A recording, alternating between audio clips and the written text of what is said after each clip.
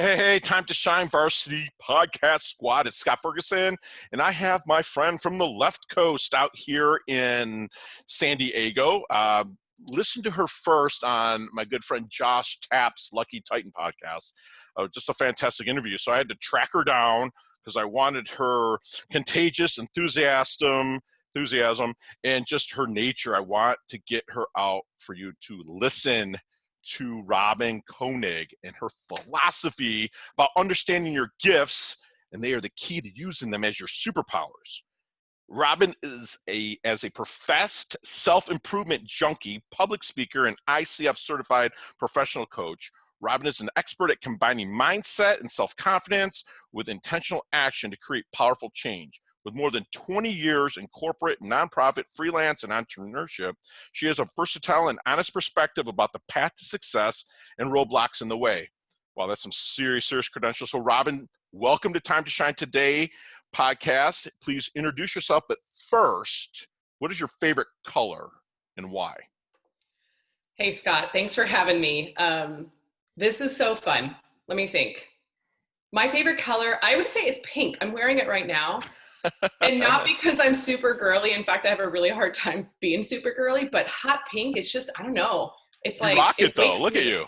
Thanks. I have the dark skin, so I can pull off the pink too. And my girl's like, you got to wear your pink shirt today. I'm like, okay. But no, pink is perfect. It's royal. Pink is royal, but it's also love and in openness, which from all the vetting out that I've did on you, is exactly what you are. So give us the origins of Rare Find Love. I just want to make sure I have that Rare Find Love. Give us the origins of that, maybe even a little bit before that got you to there. Okay, well, I'm going to try and keep it simple. So Rare Find is the name of my business. It has been an evolution in the last 3 years. So I became a coach in 2017, mostly because I lost my job. I was running a nonprofit organization for about 6 years, and I honestly didn't know what I wanted to do. I was like at a place of where I just said, what do I love to do? And what don't I want to do? I stopped. And I thought about it for a moment, and I realized I love helping people figure out solutions to whatever they're stuck with, but I didn't want to give them the answers. So I'm a mom. I've got 4 teenagers, and I feel like I'm kind of constantly that go-to person of like, hey, mom, help me with this, whatever, which is awesome. But at the same time, I really wanted to find a way to use some of my gifts to help other people move forward, get them to what they wanted to do, bring them more joy and happiness in their life. So I decided to get my coaching credentials. And then for the last 3 years, I've been navigating through finding what kind of coaching really resonates with me and the kinds of clients that I attract. So Rare Find was essentially this umbrella opportunity to say, I want to help people feel like they are a rare find in this world, whether it's in their job, their personal life, as a parent, whatever it is, that there's something very special and unique and brilliant about them that they can bring forward and make shine. So that's kind of where it came from. Sure. A quick little snippet about that is that the name actually came from a LinkedIn review from a mentor of mine. He's an amazing expert in leadership. His name is Steve Farber. You may have read some of his gosh, books. I have his book right here. Hold on. Okay. I got to grab it for the screen. Which one? He lives in San Diego, and I actually stalked him down in 2007. So, okay. Yeah, Radical Leap and Radical Edge are 2 books that literally stoked me up. So, amazing. Absolutely. Anyways, go ahead with Steve. Sorry about that. So he's actually a good friend of mine. He's been a mentor of mine as well. And so I asked him to do a review for me for LinkedIn to find a job, whatever. Well, long story short, he did this amazing review. He said I was a triple threat, which I thought was so cool. I was like, wow. And he listed out the 3 things that he felt I was really good at. And given my experience, he called me a rare find. Okay. And I was like shocked. I was like, this made me feel so amazing. I want other people to feel that way. So that's actually where the name came from. What's the triple threat? So he called out 3 things. He said, I have a gift with data and numbers, that I have a love for the people I serve, and I have basically a warm approachability to help and support them along the way. So I didn't know those were the things that I knew I was good at certain things, but when he called them out and combined them with my experience in corporate and nonprofit and freelance, he just said I was a rare find, and I just took that really to heart. So thank you, Steve Farber. Yeah, he's an amazing guy. And what he writes about, because I was telling you off off air here that when I lived in San Diego and stuff, and I wrote my short stories that gets published in a couple months, and it's a business parable, kind of like Radical Leap and Radical Edge, and I reverted back to that, and I actually gave some homage to Steve, fantastic human being. So what would you, okay, so you came out of the nonprofit, and why coaching though? Because we didn't really get to that. Why did you say, oh, I'm gonna be a coach? Yeah, so coaching, because I believe so much in the fact that we all have the ability to solve our own problems. Sure. We just have a lot of stuff in the way, a lot of fear, a lot of things that we feel like are going to prevent us from getting, the dream job, or getting, the relationship we want, or just being really happy. And so coaching is just a process. It literally is just a process of guiding people. I call myself, I'm the navigator, they're the driver. I was just going to say navigator. That's what I was going to say right there. Yeah. Excellent. Okay. They're still in the driver's seat. So I'm not necessarily telling them this is what you should do. Like, I don't should on people, right? Right. So I'm helping them say, okay, well, let's really look at this. Let's really understand what's going on. And honestly, it all starts with your mind. It all starts with what you believe. Right. And so the root of understanding whether you're going to do something or not do something is what you think. And that might sound super simple, but it truly is. And when you have another person outside of your life where they can actually see things differently, they can really help shine a light on those areas of opportunity without judgment, without it, making you feel like you're doing something wrong. And that's why I really think coaching is so powerful. Absolutely. There's a lot of other modalities out there that are amazing, that help people through stuff. Right. Therapy works. That's for the past. Coaching works. It's for you in the now and moving to the future. Yeah, taking that next level, like we say, level up here at time to shine. So what then makes a great coach? Again, removing judgment, not looking at something as, is it good, bad, right, or wrong? Meeting the client where they are. Everybody's starting at a different place, but just being very present and meeting them where they are and helping them get to whatever that next step is. And then being a really good listener. You gotta really try and pick up on certain things that might not be necessarily said, but step back and really assess what could be going on, the bigger picture. And then also looking at where they could maybe just take one little thing at a time, not overwhelming the client with too many, options, really trying to break it down for them so it's digestible and manageable, and moving them to intentional action. What are the things they can do that are actually going to have the powerful results? Not just being busy, not just here's a whole bunch of stuff to do and books to read and so forth. That they can do that DIY, but what are the what's one thing that they can do, and then holding them accountable. That's amazing that you said that. Like, you're removing judgment. That's the first thing you do, even when I'm coaching. You have to remove the judgment because you don't know what their past is. And what you said about listening, you're not just listening with your ears. You're listening with their actions, their posture, their way they tone, and stuff like that. So you're really picking up on their. We're gonna get to the next question. I'm gonna talk about blind spots, but you're really picking up on those blind spots, and you're putting together a process to help them take intentional action. Did I kind of emphasize that back to you? 1,000%. Perfect. Okay. So what is the secret sauce that you use at Rare Find to help coach it, or help the people you coach find their blind spots? So first thing, again, is coming back to the beliefs. Really helping them communicate, right? And reflect on what is it that they're thinking. So there's three pieces to it. I call it the TFA Train. T being your thoughts, your beliefs, which are then connected to the feelings or the emotions that you're having, which then produce either an action or even an inaction associated. And you can't just jump from having, say, a negative belief to a positive action. It's not connected that way. And so when I'm able to look at what the action is, what's going on, what's the product, what are you producing out of this situation? Let's go back to what you're thinking. What do you believe to be true, right? Is it true? Is it the truth? Is it complete BS, right? So we joke about how we call people out on their BS. Right. It could stand for literally the BS, but it could also stand for their belief system. What is the belief system that they're really wrapping around? What's the story they're telling themselves? And when they start to get real about that, which is really difficult sometimes, right? To just say, like, this is the story I'm telling myself, this is the belief I have. Is it really true? And is it serving you? My absolute favorite question is it serving you? Because you might be like, I am pissed off right now. I am mad about this, and this is why, and the belief that I have is this and this and this. Awesome. Love No that. judgment there. Is it serving you? Is it getting you what you want at the end of the day? And if you Love say it. yes, great. And if you say no, great. It's either way, you're right. And that's what Henry Ford said back in the day. Okay, so I'm at a networking event, not now because we're in day 9,625 of our COVID quarantine. But I'm back and I'm pressing some flesh. I'm meeting some people.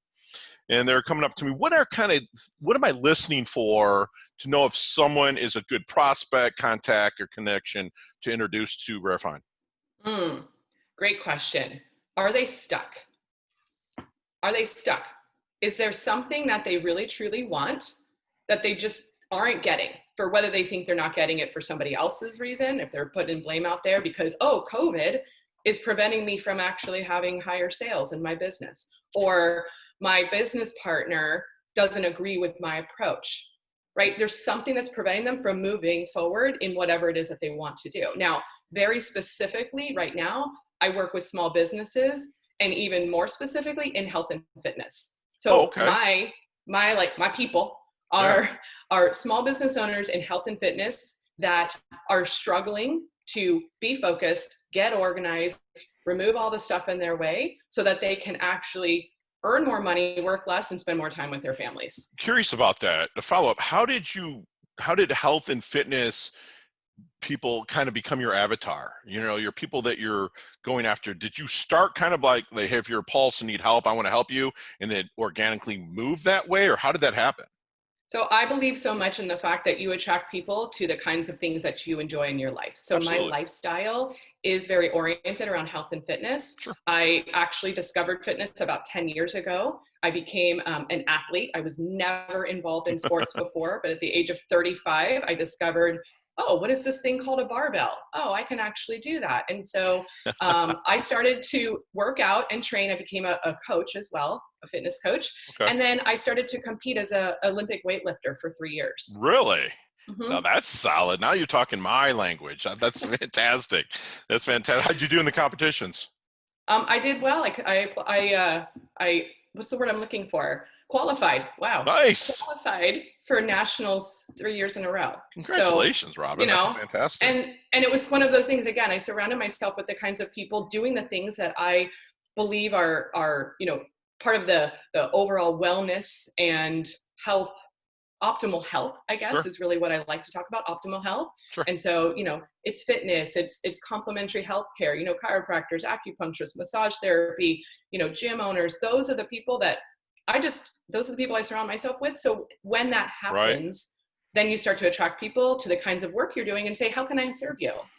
Gotcha. So you just pile on this. What's the kind of a secret sauce that you're using then to keep these people coming back to you? Because we all know that January 1, everyone's blah, blah, blah, and ready. By February 10th, they're not anymore. So what are you doing and what are you using to keep these people on track to leveling up? I'm actually really helping them take one step forward at a time and make sure that they're moving, right? So it's so easy to say as a business owner that these are the things that are I'm stuck with, right? I don't see this happening, and so I'm just not going to take action. And so I really, really look at what is it that's getting in their way? What kinds of habits do they have? What's missing from their business that maybe, as say a small gym owner, they started the business because they really wanted to help people work out. Mm-hmm. But let's really look at why the business exists and why do you want it to survive long term. Love it. And so in that industry, health and fitness, those are people that care about other people being happy, other people being well. Maybe they didn't start it because they wanted to start a business. Right. And that is the really difficult part, myself included. Sure. I started coaching because I wanted to be a coach. I didn't necessarily want to start a small business, but guess what? If I want to do what I want to do, I got to look at the business first and work on the business in order to be in the business. I love that. That's beautiful. So let's get in I'm blown away. This is I have like notes upon notes, and it's like I'm getting my own private mastermind class here, people, and you guys are getting it too. So let's hop in with Marty McFly. Let's get in our DeLorean. Let's go back. Let's talk to the 22, 23-year-old Robyn. what kind of knowledge nuggets from the experience you have now are you dropping on her? Well, interestingly enough, at the age of 22, I packed up all my belongings from Chicago and moved to California with no job. And all I wanted to do was be a freelance wardrobe stylist, right? Really? Which I did. Okay. And I worked for 3.5 years as a freelance wardrobe stylist. So what I would say now is don't stop. Right. Because I did, which was an impetus for me to move into corporate world. And it got me to where I am now. Sure. But I remember getting to a place after 3 years, I was exhausted. I was like, I want a quote real job. And I gave up the idea that what I was doing was actually helping me, like that it was actually getting me somewhere. So I would say, like, don't stop. This is something you will absolutely pull experience from. There's nothing wrong with it. Don't put so much judgment on yourself and keep doing it. Love it. Love it. That, and of course she wouldn't listen, but I'm just kidding. They never do. But, okay. So you're starting to work with somebody or not even working with them yet. You're in discovery mode with a possible new client. Is there one question that you wish they would ask you that they never do? That's a good question. I think for the most part, I would like for them to ask me, what do I suck at? Love it. Your weak spot. Love it. What do I suck at? There's relatability. We all suck at something. So. Oh my gosh. That's phenomenal. That's awesome. So you're growing. You started this about 3 years ago, the coaching business. What big B-I-G, big thing do you want to accomplish? You're doing great things now, but there's got to be something, because with your TFA train, you are ready to ride. You're always leveling up. And that's what we are talking about here. And one thing I've noticed is you're taking the approach of inch by inch is a cinch, by the yard it's hard. So you're slowly growing this, but what's the big thing? The big thing is to really integrate it with a bigger platform for speaking. So because that's something I do on the side as well, it's a complement, and I'm a born communicator, honestly. Like, they haven't been able to shut me up since I was, 4 years old or so. And so, so it's to really, again, bring it to life in more of a platform, because I believe in a ripple effect. I believe in meta impact. And so not just my container of my coach or my businesses that I coach and the people that I know, but really busting open that container to have a ripple effect, where what I'm doing to coach one business then has an impact on their customer base, which then has an impact on their family and the people they know. And it's creating that meta impact to say people's lives are being changed for the better. Not just because they're a business owner that does something better for their business, but they're people that are improving their life. And that's having, again, that impact beyond just coaching. So more speaking, more podcasts. I mean, you got to get that book out there too, Robyn. You got to get that book out there. Right? Believe me, it's on my list. You'll get it done. I can't wait to read it. I want that signed copy. So let's take our cell phone, let's take our laptop, our iPad, whatever, out of this question. What are 3 things Robyn cannot live without? Oh my goodness. My family. I mean, that has to be on there. I'm hoping it's on there. My family. I've got an amazing family, 4 teenagers, an awesome husband. And, I mean, that's number 1 for me always. Mm-hmm. Oh, sorry. 3 things. We need 2 more. You can add chicken wings in there. I'm just kidding. What are you thinking? You know what? I literally every day I have some kind of greens. And that's not to, again, shame people of like healthy living, whatever, but it's literally what lights me up. So give me something green in a blender, in a smoothie, on my plate, whatever. I'm the same green. Way. I have that to have in my life. Fresh air. Fresh air. There you go. And you live in San Diego, so you get a lot of that. It's funny, in my will, my ashes, hopefully it's a lot down the road, but it'll be scattered off Sunset Cliffs.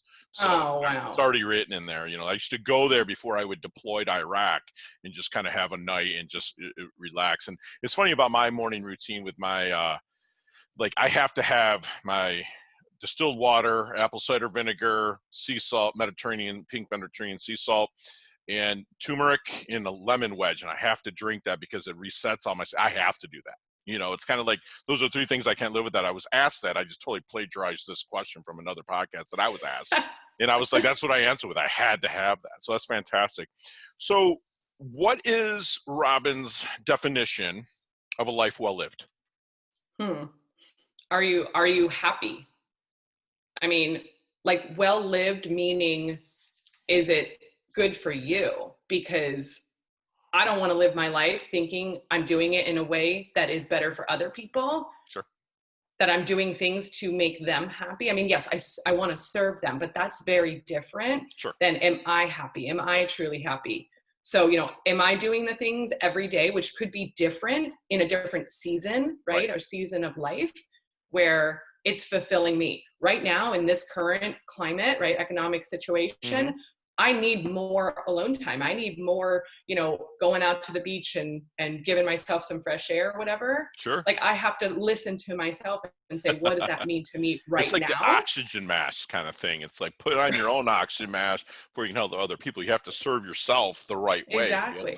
to serve others. That's right. fantastic. So life well lived could be different right now versus what a life well lived means down the road. But ultimately, okay, let's go like you were talking about mortality or what have you, but I want to leave a legacy for people and for my family, for my kids. If I feel like I've left them something to understand and do better in the world, that's my legacy. That's a life well lived. That's awesome. That's what I always say is that I want to serve as many people as I can. Serve myself first, take care of myself, serve as many people as I can, mentor as many people as I can, because I was told, you know, the more people you mentor, the more immortal you become.